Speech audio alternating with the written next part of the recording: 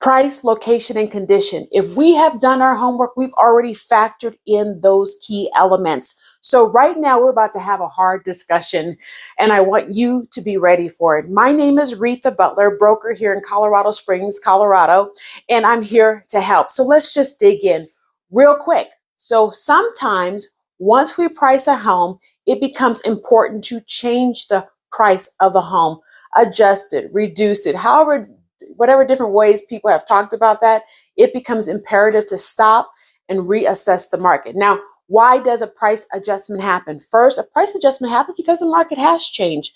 Things have shifted. We didn't see something coming, whatever it might be. Now the market is telling you this price is no longer correct. We may have buyer feedback. So once a buyer comes in, a lot of times the broker that they're working with will give us feedback on the home and some of the things that they saw that were not acceptable or made the price questionable. And that's a key thing, makes the price questionable in the buyer's viewpoint. So if that happens, then we're basically saying, hey, one, is this something we can correct? So we may not have to change the price, but is it something that we can correct and address with that potential buyer, okay? But the other times, what we will see is that you're priced out of the market. There are telltale signs that let us know that we're priced wrong. Some of the telltale signs, we're not having the showings.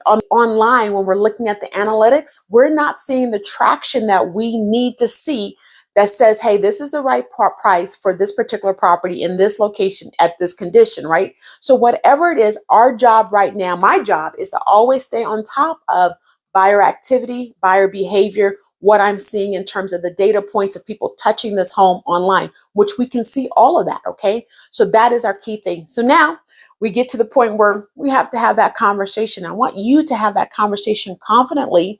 And if we've talked about your pricing strategy right, you're already anticipating what needs to happen.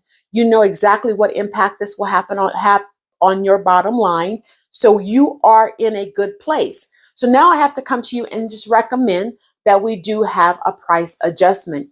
In making that adjustment, I'm factoring in the behavior. I'm looking at the new market, any new market data. I'm digging into that. So this should be a relatively easy conversation. And what I want you to do as a homeowner is to avail yourself to it.